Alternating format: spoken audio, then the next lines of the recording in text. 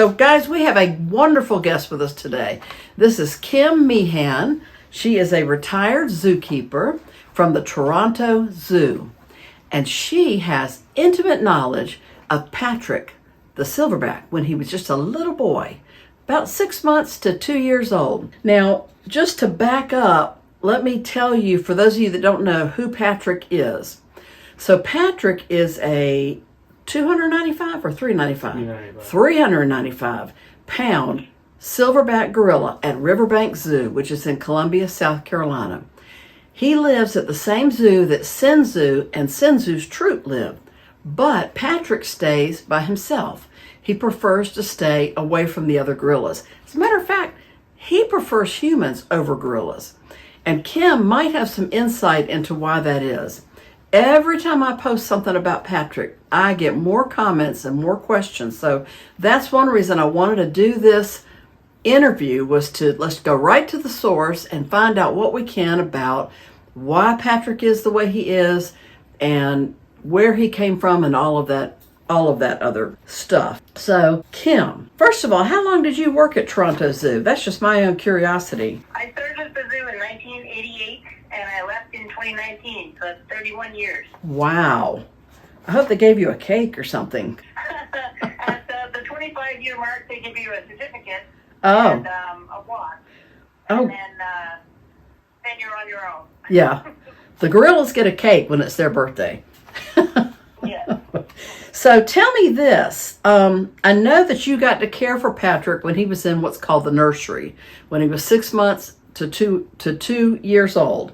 How did you first meet Patrick? I've heard this story from you, and it's a neat story. Well, I was working in the Africa Pavilion, which is where the gorillas lived, and the nursery was in that area, so that any babies would have smell and sight of the gorillas. Ah. That was the protocol at the time. Things were changing in the gorilla world. People were more happy to put back a baby at a younger age than in the past. So Now, when you say were definitely put back a baby, what do you mean? so. At the time, we had a female gorilla who did not lactate. Okay.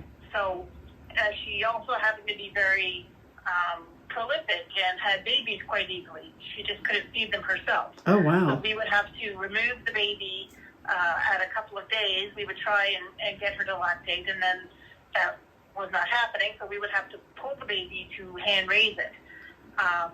In the past, like in the 80s or 70s, the gorilla baby would be raised for a year or two before they would be introduced to their family again.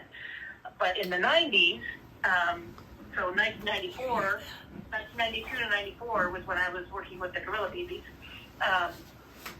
the protocol changed. So the Columbus Zoo was very integral in changing that protocol, and babies went back in months rather than years. So it was a very innovative plan. Yeah. Wow. So the idea was to keep any babies in further, closer contact to their family than removing them out of the building into a health center or somewhere like that. Okay.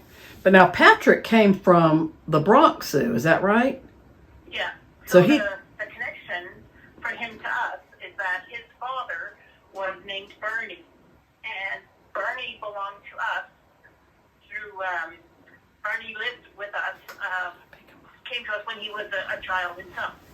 So he and Charles, our main silverback, did not like each other. Oh. So Barney only stayed for a few years, and then he went to the Bronx.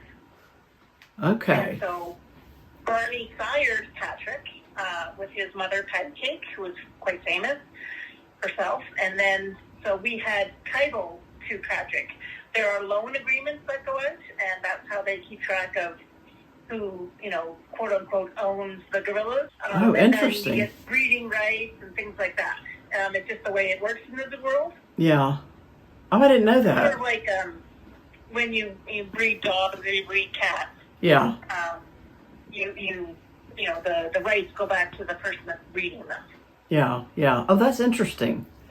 It's a So, way to keep track of it. so he was born at Bronx Zoo. Did his mother not bond with him? Did she not lactate, or No. what was her? No, apparently not. I don't know the exact details. We never were privy to that. We just knew that he had been pulled. He was being raised by the lady there. They had a system, a long-term system of this one or two ladies who would raise their babies. That was the old system. So they hadn't started the new protocol yet. Now, would those babies? Would those babies typically reintegrate in with the gorilla world? Besides Patrick, Not at that time. Okay. Things were more drawn out, and I'm not exactly sure how old he would have been to try and reintroduce him to their group.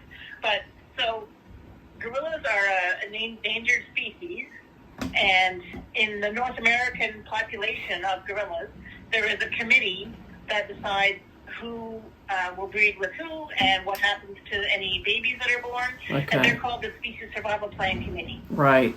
So they knew that Patrick had been born and that he had been pulled.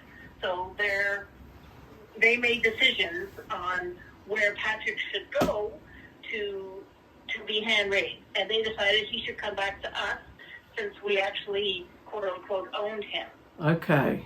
And when you say pulled, you mean pulled from his mother for whatever reason we don't know. That's right. Okay. So he came back to y'all. Around 6 months, it was, in that time, between 0 and 6 months, it was decided by that committee that he should come to Toronto. Okay. Was he with his mother? Do you know if he was with his mother from 0 to 6 months? I do not believe so, no. Okay. Wow. I don't know at what age exactly he wasn't with his mother. I would imagine within the first couple of weeks, because if she wasn't producing milk or whatever reason, he would have to be artificially fed. Okay. Like with a bottle, right? Yeah. And like I said, that was about the time where things were changing. So these days, more efforts are made to try to keep a baby with the mother, but sometimes it doesn't work out. Like, if you know the story about right now what's happening with Jamila. Yes, Jamila. Yes. Yes.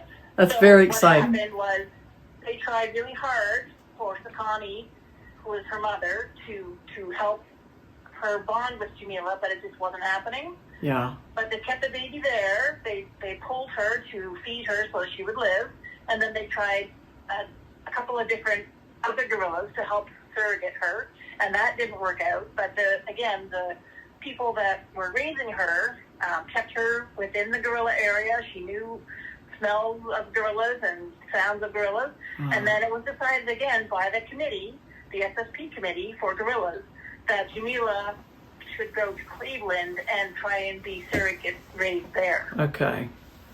So they must have known that there were female gorillas there, that this was a possibility this would work. The SSP. Yeah, they're hoping that Frederica, who is a proven surrogate, will adopt Jamila. And you did see the video yes. of the gorilla that stuck her tongue through. That was Frederica. Oh, yes. And did you see the video now? They put Jamila in a little nest of hay and let Frederica in there with her. And she immediately picked her up. Excellent. Yeah, it was very exciting. Very. There's basically a protocol you follow for, introducing a baby like that to an adult, or they're going to try an adult first, and then if that doesn't work, they would try another adult. Yeah. And hoping that there would be some bonding going on, and there's, again, a big protocol that you follow to go through the steps. Well, we also tried that with Patrick. Oh, you did? For the 2 years, for the year and a half he was with us, we tried many, many, many things, and they just did not work out. Nobody would bond. No female would bond with him. No, so we decided different things. The minute Patrick came in the building, Charles, who was the silverback at the time and is still, decided he hated Patrick. Oh no! I don't know if Patty looked like his father Barney, who Charles hated. Oh no! Or he no! smelled like Barney, or something. That's what we always figured, that he was reminded of Barney, who he hated. And so he hated Patrick from day one and never changed his mind. Oh my goodness. Oh. Yeah. Now at that point, the SSP didn't decide, let's move him somewhere else? I guess that wasn't on the radar. Not at the time, because there wasn't a good amount of other gorillas to go with. So, Okay. Again, like it was in the early 90s, it wasn't developed yet, that program. We were still in the beginning stages. Okay. So it was decided that, so at the time, another reason why we took Patrick was we had a 6-month-old baby that had been pulled from Josephine. His name was Jabari. Okay. Was that his little buddy? Jabari and Patrick. Pardon me? That was his little buddy. That was Patrick's little buddy in the nursery, right? Yeah. Okay. Yeah. So Jabari and Patrick were very bonded. They're basically brothers. Oh. Now, would they have been okay if they had just grown up together and been like a bachelor troupe somewhere together? Yeah. So they did grow up together, and they did travel to the Dallas Zoo when they were younger. And unfortunately, there was an incident when they were both 14, and Jabari passed away. Oh. Oh, they were 14 years. I don't know why I was thinking it was 14 months. But they were 14 years. Oh, so they really were together for a long time. Yes, they were. They were best buddies. Wow. Now, this is going to tie into another question that comes up later. Somebody asked, can gorillas get depressed or show depression? And I'm wondering how Patrick felt at losing his longtime buddy like that. If you saw sadness. What happened then was they had lived with another female. Her name was Helen. She was older. And Patty and Helen started to not get along very well. Hmm. And he was also tried. They also lived with a male named Hercules, but that didn't go so well either. And as Patty matured, and so gorilla males, when they enter their teens, they become what we call testosterone poisoned.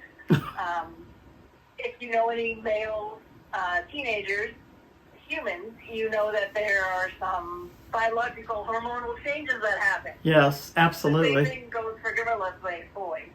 Oh, wow. So they get kind of pissy, and they tend to fight with other gorillas that they live with. It's just a biological happening. Wow. And then in the wild, if that was going to happen, they would just leave their family group, and that's how they become peripheral male. Oh.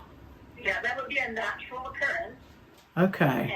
And basically, it's not in nature, it's to prevent that male from breeding with females that he's related to. Oh. Okay, that's interesting. So, because, somebody had asked about peripheral males, but you're not talking about in the zoo. You're talking about out in the wild when gorillas go off and live on their own. That's right. Okay. So he sort of mimics that in the captive population. Okay. So he was fighting with just whoever he could fight with? Yeah.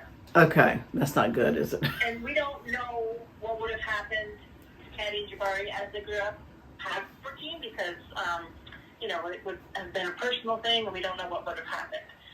But I think that they would have been fine growing up and just, kept them away from others, and they could just fight as much as they wanted. Yeah. Like brothers. Right. Because that happens all over the captive gorilla population, all over North America and Europe, where they're kept. That's a completely normal, natural happening. Really? Now, did y'all try to get Jabari a surrogate mom? Did that work for him? I guess not. So, Jabari had an older sister named Meehan. She was several years older, and she had successfully been placed back with her family, with her mom, Josephine, and everybody else that lived with them at the time. So we knew that could happen. And again, that would have been part of the information the SSP committee would have considered, that we had successfully placed the baby back with the family. Hmm. So, unfortunately, Meehan had an accident and she passed away. Oh. All these things happen, things happen. Yeah. It was very sad for us, and we missed her very much. But by the time Jabari came along, we were planning to put him back with his family because we had been successful. And it just so happened we said, okay, we'll try Patty too. And so the plan was always to introduce them to Josephine first because she was Jabari's mom. And then we had, at the time, 4 other females, adult females, and one older teenage female who was the daughter of one of those girls. So we had quite a large number of gorillas that we could potentially introduce them to. And we did successfully introduce them to Josephine. We just didn't leave them with her all the time because of, the way that our holding, our area where they lived at night was a bit complicated. We didn't want to risk them getting hurt. And that was Jabari's sister, right? Josephine was Jabari's sister? Okay. Patrick's mother. Oh, that was Patrick's mother? Oh, So, okay. Jabari is Josephine's son, and Patrick, I know it. So you basically have to think of 2 family trees. One that belongs to Charles and one that belongs to Barney.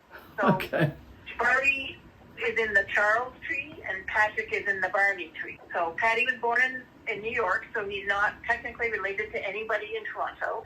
It's just that we were going to try to introduce him to that family. So Josephine would have been a surrogate mother if that had worked out. That's correct. Okay, and that did not work out? No, Josephine was okay with it. And plus, they were together, so Patty and Jabari were always together. They were never separated because they relied on each other. And, I don't know, I'm not privy to the decisions of the timeline. I just worked there. Yeah. I just did what they wanted me to. I took care of the babies, and I didn't have any decision making. So, as I was a young keeper at the time. Yeah. So the older keepers and other people had the decision making the timeline. So I wasn't sure. I don't even remember how much time we spent trying to introduce them. I know it was a long time, several months. Wow. And So what happened was we had a holding area. We had the gorilla nursery that was associated, and then there was the indoor area exhibit, and we had an outdoor exhibit. So every day, whoever was looking after the babies, like there were 8 of us who rotated through shifts to look after the babies and the gorillas and all the other animals in the area. So somebody was designated every day to take care of the babies. And we would, play with them. We would take them out into the outside area to get them used to it. We would take them out into the holding area and into the indoor area and have, interactions through the wire mesh with all the other gorillas, trying to assess how everybody felt about them. Yeah. Which is how we knew that Charles hated Patrick. Oh, wow. But Charles... We also constructed an area, special area, inside the exhibit from the holding so that we could leave the babies there as they got older to, again, assess who was going to be nice to them, who was going to be potentially aggressive towards them, along with the plan to integrate them. It was very complicated, and I'm sorry to throw all this at you.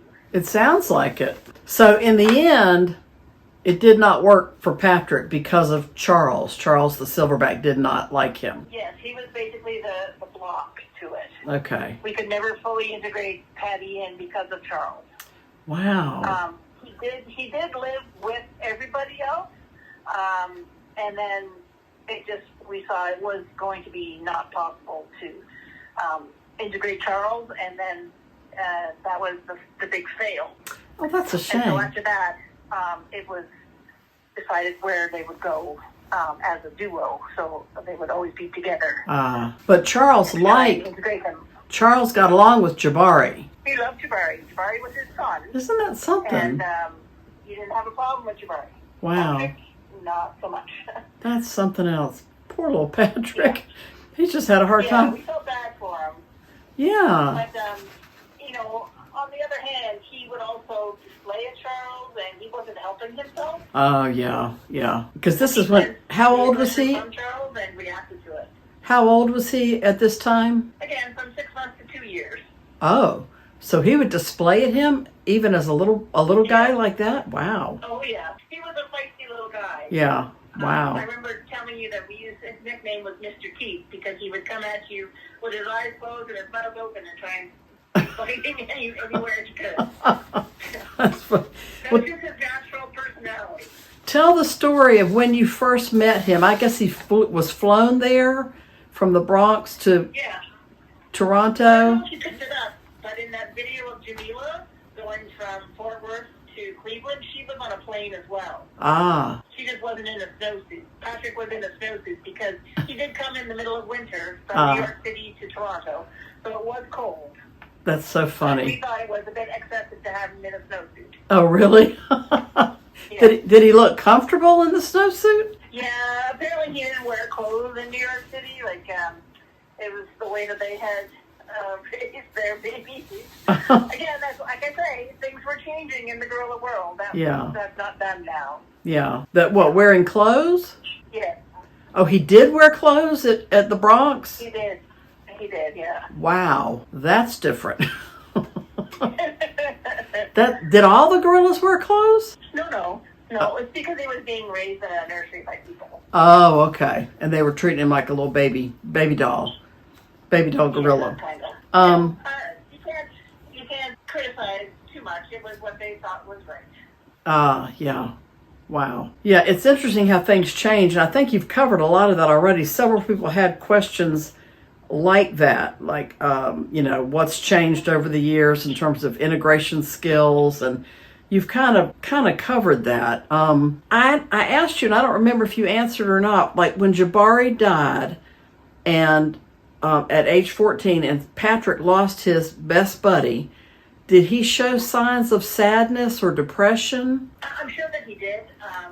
He was obviously very attached to Jabari, even though, they were growing apart because they were teenagers, but I'm sure he missed Jabari very much. He wasn't at Toronto at that point. No, he was in Dallas. Dallas. And he's been in Dallas for about 12 years. Okay. Oh, wow. So I know you've kept up with him. And I believe you came to visit him once at Riverbank Zoo. And he saw you. There was a gorilla conference nearby. Oh. And somebody said, it's just 2 hours away. And I was like, oh my God, give me a rental car. And I got in the car and I went down to see him. And you told me you think he recognized you because of something he did. Yeah, I'm sure he recognized me. I was with another keeper in the back area. And I had explained, of course, that, I had helped raise him as a kid. And so they took me back there. And we were standing at the door that you see all the time. And Patty came over, and I was talking to him very quietly. And he looked at me quite directly, which is a no-no for someone that you don't know, right? Yeah. So he was comfortable staring at me, and then he put his thumb in his mouth, which is what he used to do as a little boy. Oh. He was so sweet. It touched me. Great. Oh, yeah. That touches me still to hear it all over again. It gives me chill bumps. How long did he stand there? Was he then, he's like, okay, I've done this, I'm moving on now, or did he stay for a while? No, he stayed for a while. Yeah, I was there for probably 15 or 20 minutes, and he stayed the whole time, and I was talking to him. Wow. That is really neat.